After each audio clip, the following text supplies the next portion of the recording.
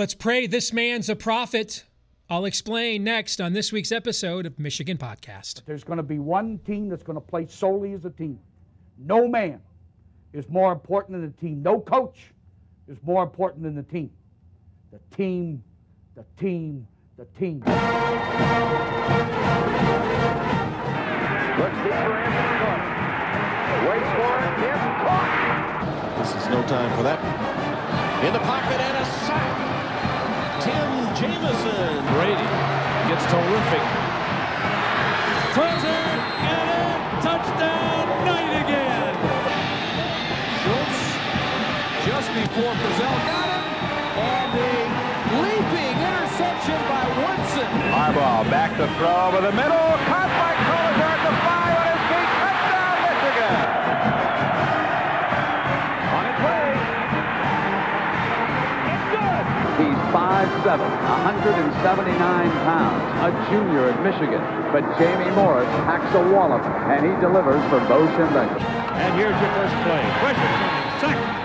It is Glenn Steele, number 81, who fought his way through the traffic. Option. And Robinson calls his own number, and he's going to score.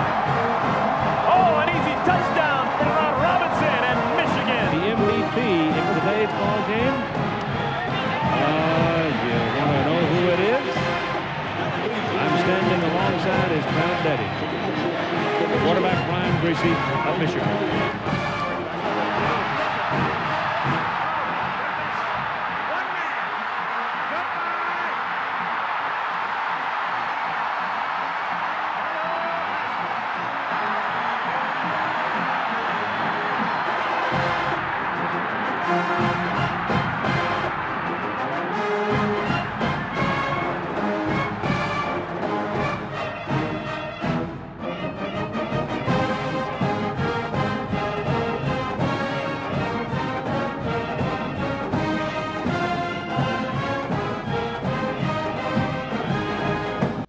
Greetings, Go Blue. Welcome to this week's episode of Michigan Podcast. My name is Steve Deace, and first and foremost, want to say thank you.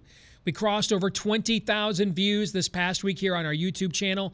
Can't thank you enough, so please keep subscribing, clicking like, sharing these links. You're the best chance we have to get the word out about what we're doing here to cover the Michigan Wolverines each and every week right here on Michigan Podcast. You can also subscribe to the audio-only version on Google Play, iTunes, Stitcher, and more. And let us know what you think about what we think. Follow us on Twitter at Michigan Podcast. And I'm still getting people asking me, hey, where's your college football preview at? It's right on our website, michiganpodcast.com. If you missed my extensive college football preview I put out each July, it's right there on our website at michiganpodcast.com. Well, coming up later in this week's episode, we're looking forward to an in-depth conversation with Josh Henschke. He is the managing editor of the Michigan Insider. That's the michiganscout.com website, michigan.scout.com. We're going in-depth on the team. They've had a lot of camp reports. We're going to get some of that scuttlebutt. We'll talk recruiting as well. Should we really be gripping about the 2018 class? Does the 2019 class, is it shaping up to be as epic as it looks here from the outside looking in? All that and more with Josh Henschke from the Michigan Insider coming up later in this hour, plus plenty of other stuff to get to as well. But we begin with some words that I hope are prophetic. There is no coaching staff in America that teaches the game, in particular on the field, like Jim Harbaugh does. He will get more out of a team than anybody else in America. So when I look at teams around the country, yeah, I'll look at, okay, who's coming back, who's not coming back. They'll take a step back, this and that. I never pay attention to that with Jim Harbaugh because he is the best developmental coach in America. No questions asked. Look what they did his first year. We're sitting there before that Utah game. He's going to open on Thursday night in his first game back in Michigan. His roster was okay. I mean, at best, he had this transfer quarterback from Iowa who had lost the job to C.J. Beathard, and then he comes in. Remember Jake Rudock? We all had questions about him. Won 10 games. Michigan is a top 10 program perennially with Jim Harbaugh as the head coach. Boy, from Joel Klatt's lips to God's ears, let's hope that's true, because given the overall youth, and as we've talked about on this podcast before, the youth story with Michigan is both overstated and understated because it's often misstated. The returning starters thing, throw that out the window. I mean, that's a garbage stat. We've broken that down before. But, last year, Maurice Hurst, who ESPN just rated their number one inside defensive tackle for the 2018 NFL Draft, and he didn't start last year. No one's counting him as a returning starter, and ESPN's ranking him, Todd McShay, his number one defensive tackle for the 2018 NFL Draft. Okay, so the returning starter stat in terms of youth is irrelevant. What is relevant, though, is the amount of youth that will now be depth. When you had the luxury of rolling Rashawn Gary and Chase Winovich and Maurice Hurst, when those guys were your depth guys last year, when Devin Bush could be your gunner on special teams, and now he's going to be your thumper in the middle at that linebacker position on defense, well, hey, it just makes sense. If those guys are moving into new positions, that means new guys are moving into the position of depth that those other guys once were. And that's where the youth is going to be felt. How quickly can they get guys like, for example, Donovan Jeter? How quickly can they get him ready to go? Chuck Filiaga. How quickly, Cesar Ruiz? How quickly can they get those guys ready to go and provide depth and playing time? Maybe even meaningful playing time, because this is a violent sport. Guys go down. There's going to be injuries. We saw Chase Winovich and Rashawn Gary started multiple games last year when Taco Charlton got hurt, for example. So that's where the youth is being underrepresented, understated. It's where the depth comes from, and that's where you're hoping what Joel Klatt is saying there about the teaching and development of the Michigan coaching staff under Jim Harbaugh. You're hoping that's key, because a lot of that has to be done on the fly. But one of the things that Jim said last year that I thought was overlooked, because there was so much focus on how many of those guys were coming back, Jordan Lewis and Jake Budd and Taco Charlton and all those guys decided to forego the NFL draft, come back to Michigan for a chance to play for the Big Ten championship. One of the things that Jim said in preseason camp when he was being asked about how many freshmen are going to play, he said something that I have quoted several times. In fact, I'm going to coach my kids' flag football team this fall, and I'm even using this quote as I'm coaching my kids' flag football team. And he said this: the only way to get better at playing football is by playing football. Now, I know that sounds like one of those Jack Handy lines from back in the day, it takes a big man to cry, but a bigger man to cry, or to laugh at him while he's crying. But that's actually pretty simple and profound when you think about it. Because do we redshirt guys? Do we wait until they've been able to develop?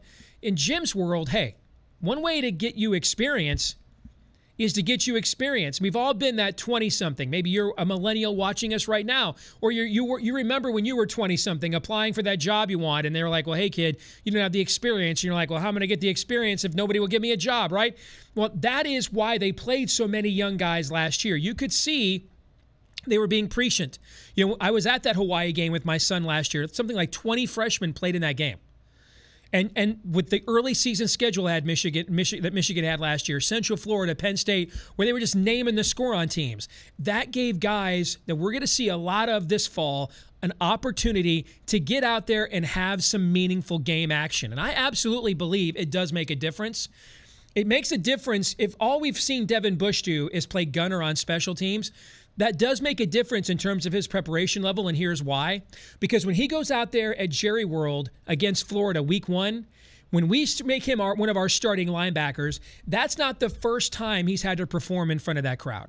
That's not the first time he's worn that helmet and worn that uniform in meaningful game action.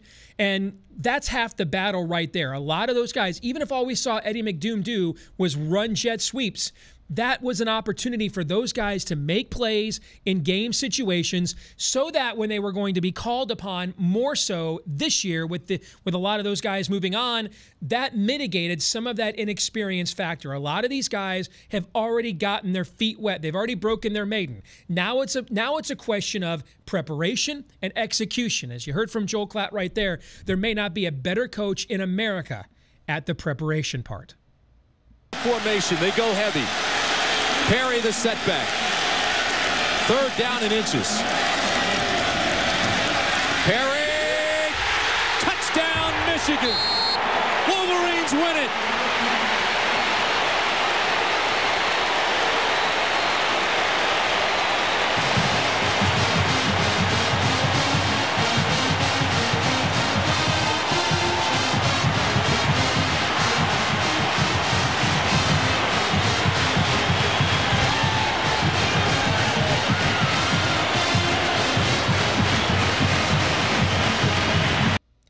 Joined now on Michigan Podcast by this week's guest. He's the managing editor of the Michigan Insider. Josh Henschke is here with us. And Josh, it is a pleasure to have you with us, brother. Go Blue. Thanks for coming on. Yeah, no problem. Thanks a lot, Steve. I mean, Josh, there is so much news that has broken in the last few weeks regarding Michigan football and basketball. I don't even know where to begin. So let's start with the team. We're heading into week 2 of camp. The so-called submarine, although for I remember the submarine of 2015, Jim's first year. Now, brother, that was a submarine, okay? I mean, even your boss, Sam Webb, even he had to go Inspector Clouseau to get news in that camp. Like, everybody's got camp nuggets on every site now, like every single day. So are they really in the submarine as much as we're being led to believe, Josh? Yes and no. I think this year in particular is kind of more open than years past, especially if you go look on social media, just how much the Michigan football Twitter account is posting pictures and updates. Even the staff members are also posting videos and pictures and things like that. So I think it's opened up a lot more than what it has been, and I think that's obviously it's by design. They've beefed up their social media recruiting efforts, and this is just another inside look into, what the program is doing on the practice field. There's still really there isn't any inside Michigan football videos or anything like that, but I think Michigan fans will be satisfied with what they're seeing on social media. So let's go through what you're hearing so far by position group on the team. And let's start with quarterback. Coach Harbaugh said at Big Ten Media Days, it's a 3-way tie for first. Is it really, Josh? Again, yes and no. I think it's probably maybe just a little bit of lip service, but knowing how Jim Harbaugh operates and how he runs his camps, every position is a battle. You could pencil in guys like Maurice Hurst and Rashawn Gary. But, if you tell Harbaugh that, he's going to tell you, well, every position's open and they're going to compete for it. And that's exactly what they're doing with the quarterbacks. Me personally, I think, Wilton Spade's going to be the guy week 1. Just the experience that he'll be bringing back. He's going to be healthy. I think that's a huge thing too. But that's not to discredit what Brandon Peters or John O'Connor are doing. They're definitely elevating their game, and they're going to provide an excellent test for Spate to kind of push himself further. So I think Spate's going to be the guy. I'd expect to see him have some sort of short leash, this season, but. I think with the addition of Pep Hamilton and all these things they're going to do in terms of opening up the offense, I think Wilton Spade's going to be the guy, and he's not going to let this job go this year. Which would be a welcome addition in Pep Hamilton, because I thought the Iowa game plan, way too conservative. I thought the Ohio State game plan, way too conservative, but I'll cut Coach some slack because obviously Wilton was coming back probably earlier than he would have liked to from that injury. The Florida State game plan in the first half, I thought way too conservative. Now, if the schedule, Josh, was reversed, if it was Cincinnati Air Force and then Florida, would this be more of an open competition than maybe it is right now? I don't think so. It would probably be Wilton Spate regardless, but against a team like Cincinnati or Air Force, you might see Brandon Peters come out in some sort of mop-up duty. But at the end of the day, Wilton Spate has got a bunch of new faces that he needs to build chemistry with. And, outside of the Florida game, it provides a great opportunity for him to build some chemistry with guys like Tariq Black, Donovan Peoples-Jones, Kakoa Crawford, even the new faces at tight end like Ian Bunting, who's going to see a expanded role, Sean McKeon, Tyrone Wheatley, just guys like that. And not to mention, too, you've got so many new faces on the offensive line, too. So, I think if these games tend to go towards the blowout side of things, I think you'll probably see a change in quarterback, for mop-up duties. But again, there's just so many new faces there and so many opportunities for, to build chemistry that, you gotta stick with one guy and ride the wave, so to speak. Josh Henschke, managing editor for the Michigan Insider, our guest here on Michigan Podcast. All right, let's whip around the rest of the offense. Let's go to running back. One of the deepest positions on the team. A lot of good players there. I don't know, though, that they have that one Toby Gerhart kind of Frank Gore bell cow player.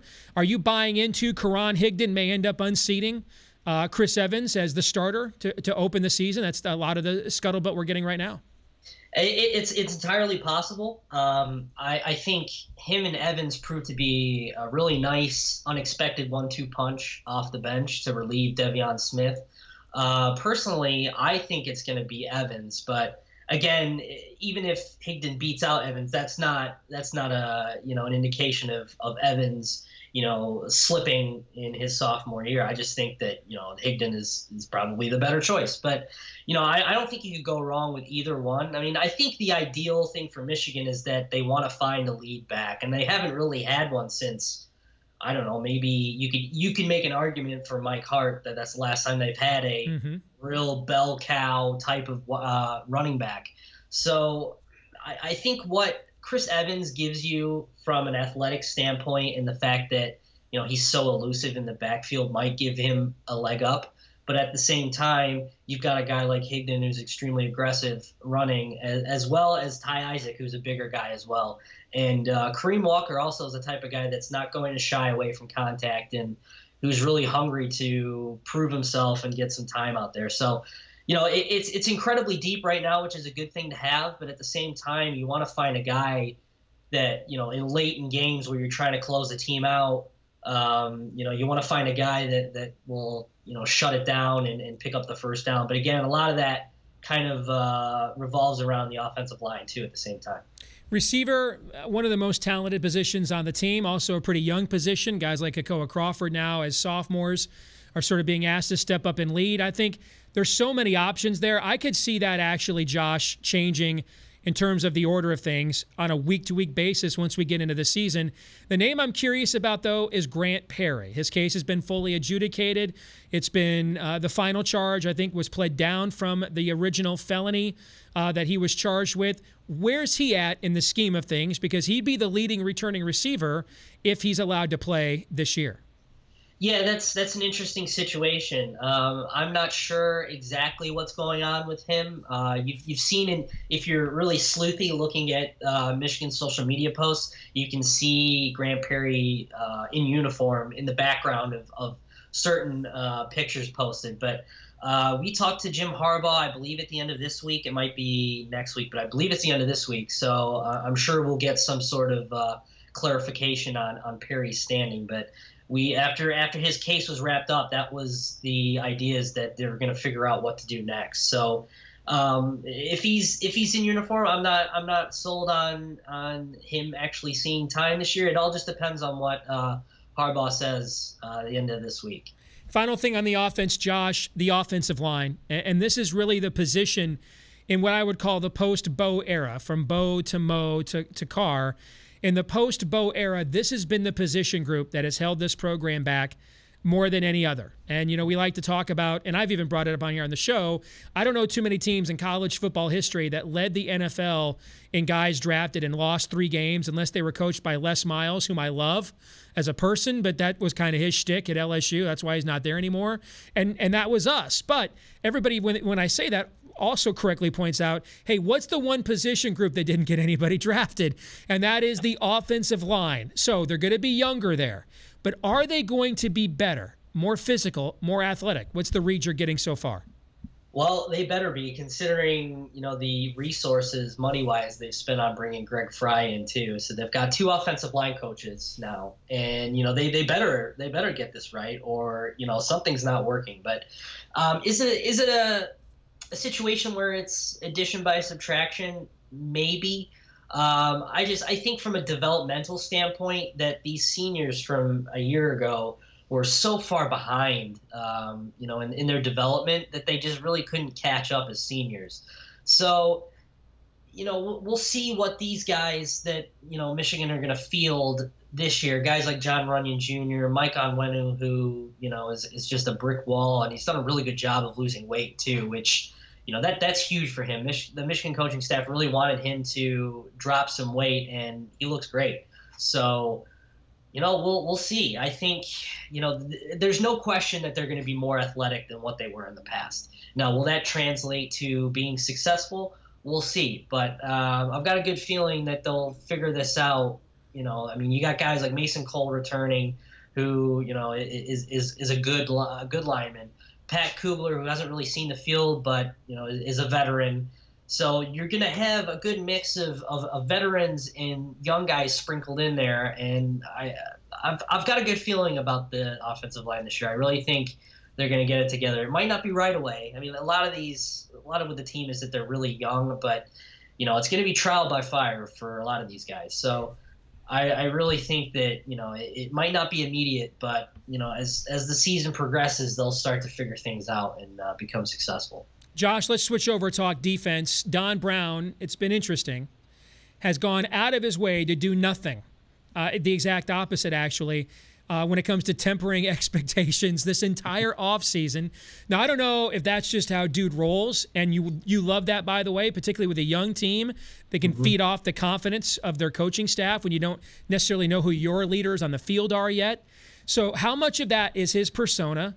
How much of that is he just knows some things we don't know? I heard him kind of bristle, in fact, at one of your local media brethren up there a couple days ago, who asked him a question about having only, quote, one returning starter. He wasn't having any of that, right? So how much of that is just Don Brown? How much of it is he knows something we don't know, Josh? I think it's a good mix of both. Don Brown's always going to be the type of fiery guy that, just tells it how it is. He's not going to sugarcoat anything. That's why he's such a great interview, because he provides just such excellent material for us to use. But I really think, that one returning starter, yeah, it might be fact, but at the same time, you've got so many guys that are returning that saw so much experience last year.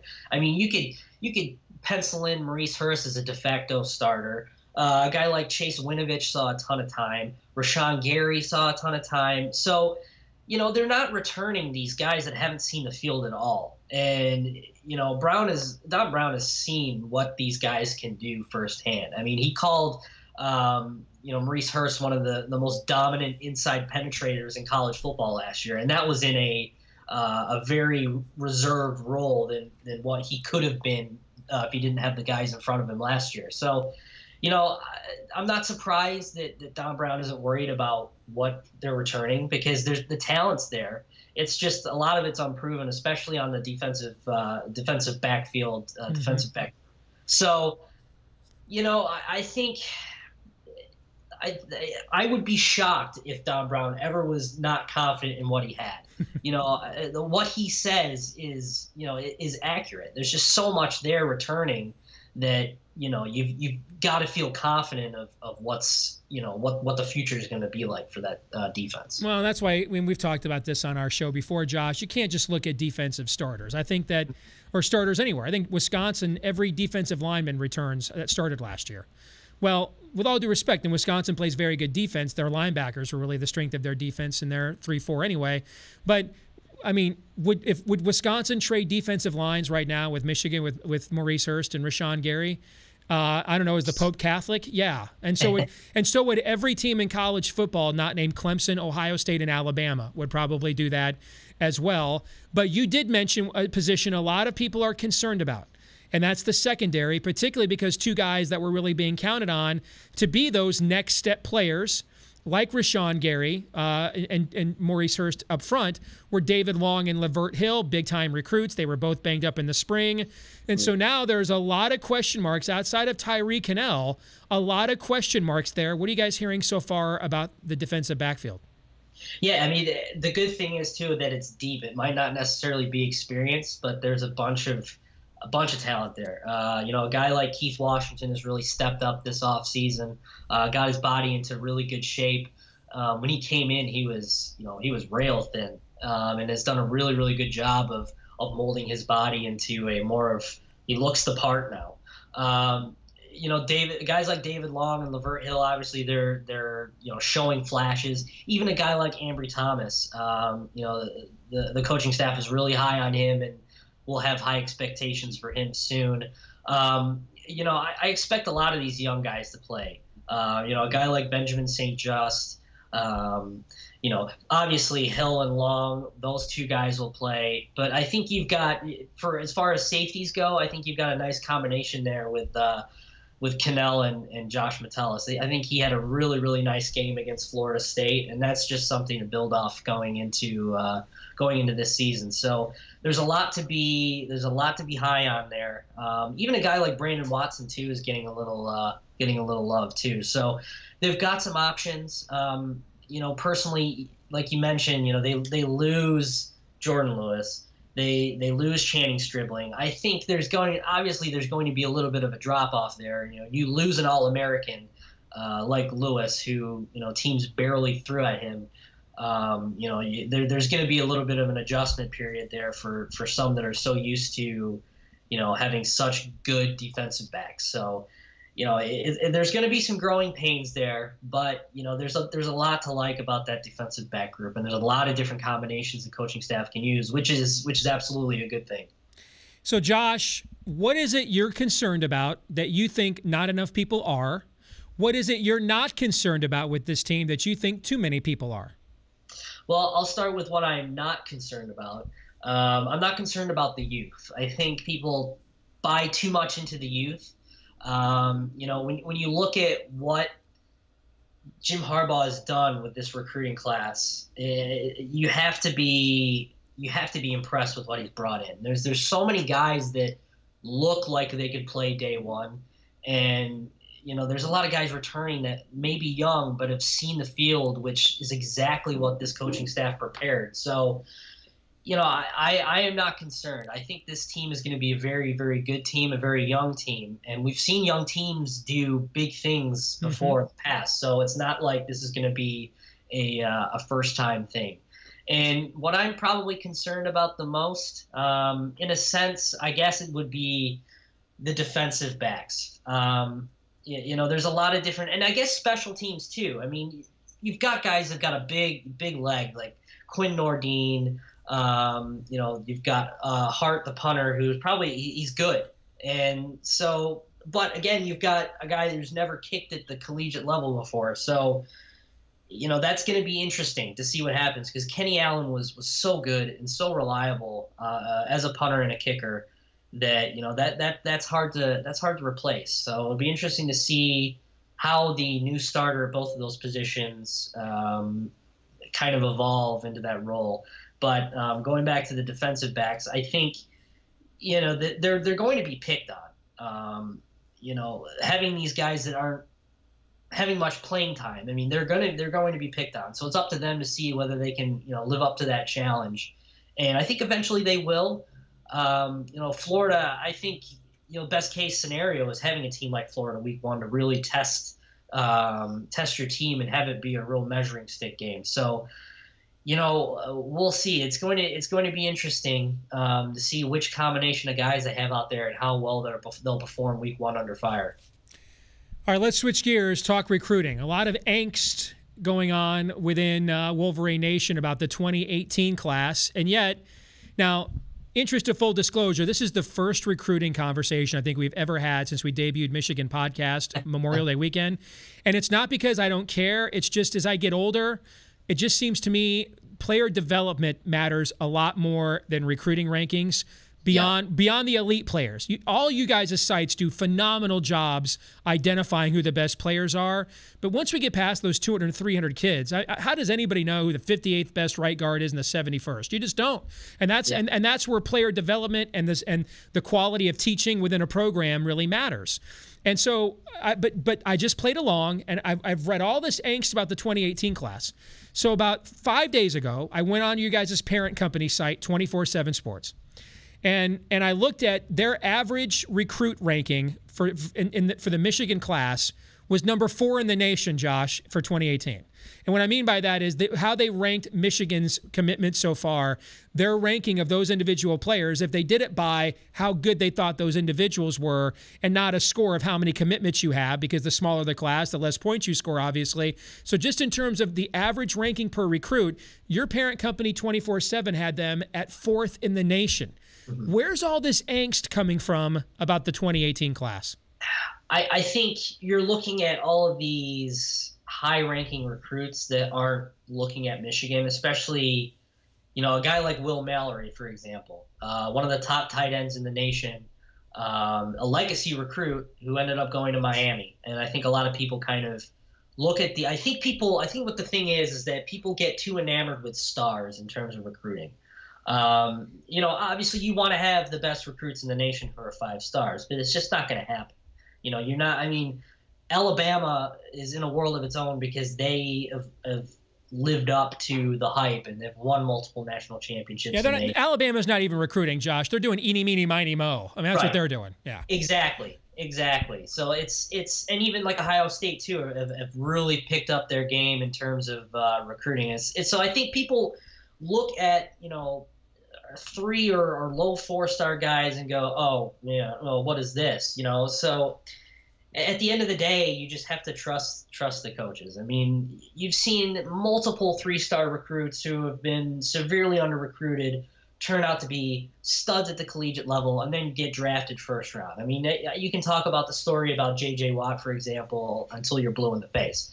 It's just I get it from a former fan standpoint who followed recruiting before I got into the journalism world, that you get enamored with high 4-star, high 5-star guys. But the fact of the matter is, I mean, you can have 4 or 5-star guys show up, but the whole thing is that you got to develop them. And you saw Kyle Kalis, one of the top offensive linemen in his recruiting class, didn't live up to that expectation. So like you said, I mean, you nailed it. At the end of the day, it's all about development. And, you can make the argument that stars don't matter, but at the same time they do. But, you can get all the 5 stars in the world, but if you can't coach them up, they're not going to be anything at the next level. So I think that's the most important thing. Well, beyond the fact 24/7 has our 2018 class so far in terms of average recruit rating 4th in the country, the other reason I'm not worried about it is it doesn't seem like it's a trend line. Like I can see after how highly touted Jim's first 2 full classes in 2016 and 2017 were, I could see where they were recruiting right up there with Alabama and Florida State and Ohio State, and now maybe they're in the lower half of the top 10 or maybe now a top 15 class. So if that was the trend line, I guess I could be concerned about that. But this 2019 class is shaping up like Lloyd Carr's 98 class, which had Drew Henson and Marquise Walker and David Terrell and all those guys. So it appears that 2018 just might be an outlier, Josh. Yeah, and a lot of that has to do with the size, too. I mean, you can have, a class that has 30-plus players in it, and it's just naturally going to be a top 5 class just because you have so many numbers with so many mixtures of 4 stars and 3 stars and even some 5 stars thrown in there, too. This class is going to be relatively small. We've been hearing that Michigan may go up to 22 in this class, which is a lot lower than the previous 2 classes. So, yeah, I mean, at the same time, though, I mean, the 2019 class, I mean, it's already shaping up to be an absolute monster class, flirting with the top class in the nation depending on how things go. So, I mean, obviously getting a guy like Hinton, the 5-star, one of the top defensive linemen in the nation, committing this early is absolutely huge for Michigan standards. So, You get to the point where you look at how the 2019 class is going to be and you think, okay, I can accept a top 15 class this year when you have so many guys that are going to be so good coming in the recruiting class after that. There's a lot to be excited about with the future too. And even the 2020 class, if you want to get extra forward, is going to be nice too. So I think, especially from a number standpoint, this year, Michigan has to be kind of picky in terms of who they recruit and who they accept as commitments. So that number is going to be a little skewed from that standpoint. But at the same time, there's still a lot to like there as well. Final question, Josh. Year 3 of the Harbaugh era. Year 3, Brian Kelly took Notre Dame to the national championship game. Year 3, Nick Saban won his first national title at Alabama. Year 3, Urban Meyer won his lone national title at Ohio State. Year 3, Chris Peterson took Washington to the playoff. It's year 3 for Harbaugh. Now, the difference with all those other coaches is they actually began, when they took over their programs, they were building themselves up to that year 3. In Jim's case, he inherited a young team of very talented sophomores and juniors that were ready to be coached up, ready to have a culture change, ready to win. And now he is doing what, in his 3rd year, what a lot of coaches have to do in their 1st year with so many young players. So can he keep that year 3 trend going, or do you think that's just too much to ask? I think he can. You saw what he did his 1st year. He took a team that was, a 5-6 win team the year before to a 10-3 season. And, you're talking about a team also last year who was probably about half an inch away from a college playoff berth. So I have no reason to not believe that Harbaugh can bring this team to bigger heights this year. I personally think Michigan's going to go 11-1 and lose to Ohio State. But that opinion can change at any point, obviously. I mean, I think, with the staff that they have, with the addition of Pep Hamilton, with the guys they've got coming back and the guys that are going to be inserted into this lineup, I think this is the most talented Michigan has been for a very, very long time. And it's an unproven talent, which, I think the sky is the limit for this program right now. Do I think it's national championship level?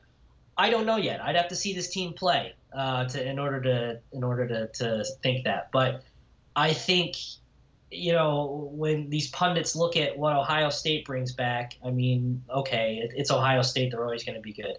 I personally think Penn State's a little overrated. James Franklin hasn't beaten a Michigan coach not named Rich Rod yet.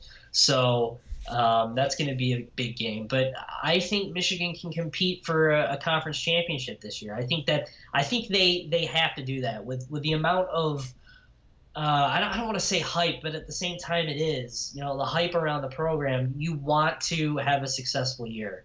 Not that it doesn't necessarily mean that the program's going to completely fall off if it doesn't, but you want to keep up with this narrative, and Jim Harbaugh has done nothing to make me worry about where this program's headed, and I think they're really going to make an impact this year. Josh Henschke, he is the managing editor of the Michigan Insider. Find them online, part of the Scout.com network, michigan.scout.com. Good to see you, Josh. Thanks for joining us here on Michigan Podcast. We definitely want to do it again. God bless. Okay, go Blue. Absolutely. Thank you. All right, we'll come back. More Michigan Podcast here in a moment. National Honor Society guy in high school. Mom's a doctor. I mean, it is just one of those quality families that you like to hear about in college football. Wants to be a neurosurgeon, and there it's picked off by Ian Gold. He may get there. He's got Sterner to beat. Touchdown, Michigan. Gold with the interception and brings it back 46 yards to pay dirt. Take another look at the play. Here's Sterner. He's reading the zone. He throws it. His receiver fell down. Gold's just sitting there. That is impressive. He just threw it right to him. It looked like it was intended for Gold, and he takes it home. There are this week's Twitter poll results. By the way, you guys did not like this question. I think I got more people complaining about this question than we did voting in this poll. People hated the wording of this question, which is, besides Urban Meyer, who is the coach Michigan faces this fall that you fear the most? If I had the answer, if the option presented for an answer was, we have Coach Harbaugh, we don't fear anybody, that would have got 99% of the vote. I mean, I had that tweeted to me a million times, and you know what? I probably deserve it for the poor wording of this. Nonetheless, the coach you're the most concerned about facing this fall, by a slight margin, James Franklin, who's never beaten Michigan, by the way. James Franklin at 35%, followed closely by Paul Chryst. You know who I would have answered? Even though I think Penn State's the toughest game on Michigan's schedule given the situation and the circumstance, I would have answered Jim McElwain. And he was last on this list. And the reason I would have answered Jim McElwain is, number one, the situation. With Michigan having so many guys playing roles that they haven't played before, and it's the opening game when you know things tend to go wrong. Secondly, you got to think McElwain has got a chip on his shoulder for the way that we just depantsed his team in the Citrus Bowl a couple of years ago. Dude's won back-to-back SEC East Division titles, and I know that division hasn't been all that great. His first year at Florida, guys, they had faux, as Moses Malone once said, faux scholarship offensive lineman, and he won the division. So given that that's the opening game, and with so many new guys playing, I mean, you're herding cats. Who knows what could go down? I probably would have answered Jim McElwain and not James Franklin. Question of the week.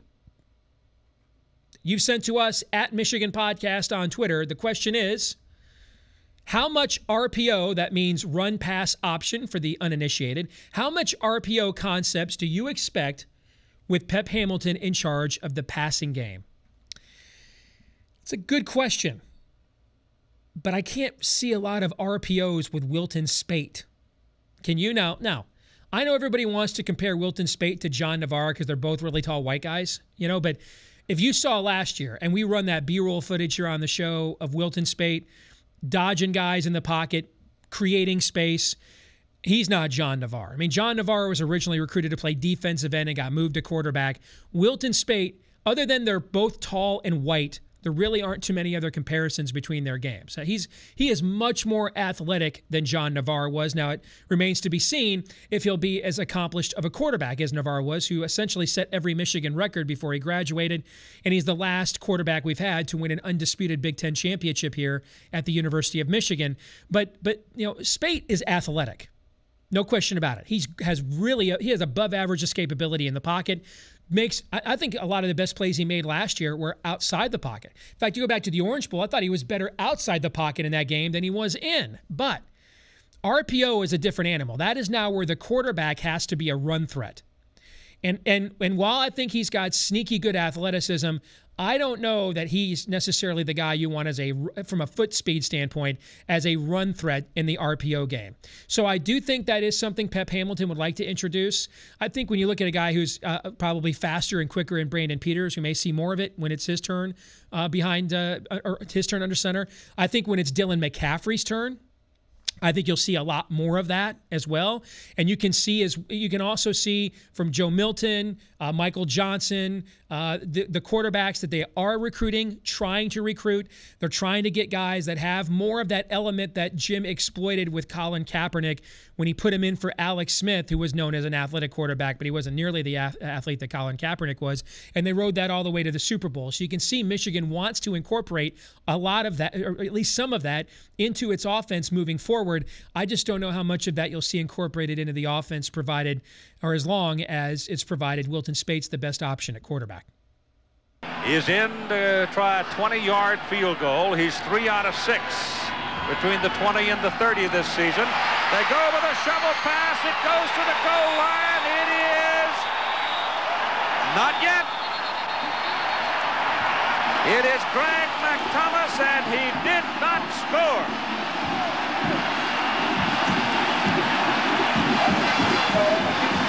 They went for the gimmick, the trick play. They didn't score, but hold on. They may have a first down because they could possibly have made a first down without scoring. The ball was just short of the 10-yard line. So let's see what happens when they stretch it out. Ohio State's had their team on the field, but that wasn't the case. They did get for first down. Well, they didn't get the touchdown. Here's a look at it. McThomas is here. The snap's going to come back, and he's just going to get a little shovel pass right here, and he's going to have a guard pulling. Actually, that's the tight end that pulls around. Boy, that's tough. You stop him short of the goal line. I don't know if he may have even gotten in, but certainly a first down. Finally, this week on the Michigan Podcast, the preseason coaches poll is out. Michigan came in at number 9. I thought it might be interesting, and I had no idea what the results were going to be. I was just curious more than anything else. So I went back and I looked at the last 5 teams to be preseason number 9 in the coaches poll and what happened to them. Let's take a look. 2016, Notre Dame. Last year, they were preseason number 9. They went 4-8 and were unranked. Maybe that's an outlier. 2015, Georgia. Well, that's not bad. They finished 10-3. They weren't number 9 at the end of the year. They actually ended up firing their coach, Mark Richt, but they still finished with 10 wins and in the top 25. I think most Michigan fans probably don't want to finish the year ranked 24th, but most of us would take 10-3. Sure. Particularly because that's the record Michigan's had the last 2 years. What about 2014? The last full season that the old ball coach, Steve Spurrier, coached at South Carolina. They were preseason number 9 that year. The Gamecocks finished 7-6 and unranked. Oh. Here's good news. 2013, Louisville. That was the Teddy Bridgewater, his final team at Louisville. They finished number 15 after being preseason number 9, but they did go 12-1. I think everybody watching this, if you're a Michigan fan, we take 12-1 sight unseen right now, would we not? Yes, we would. And then in 2012, South Carolina finished 11-2, ranked number 7. Now, here's what that means, though. Of the last 5 teams to be preseason number 9 in the coaches poll, only South Carolina in 2012 finished higher than their preseason ranking. That's a bad trend line. But you know what also was a bad trend line? Averaging about 7 wins a year the decade prior to Jim Harbaugh's arrival. Jim Harbaugh doesn't do trend lines. He blows up trend lines. So while that's a nice little thought exercise and it gave me a little cause for pause, then I remembered who our coach was and I was like, I'm not really all that concerned. We'll see you next week on the Michigan Podcast. Go Blue. Don't forget to subscribe here on YouTube, iTunes, Google Play, Stitcher as well. Go Blue. We'll see you next week.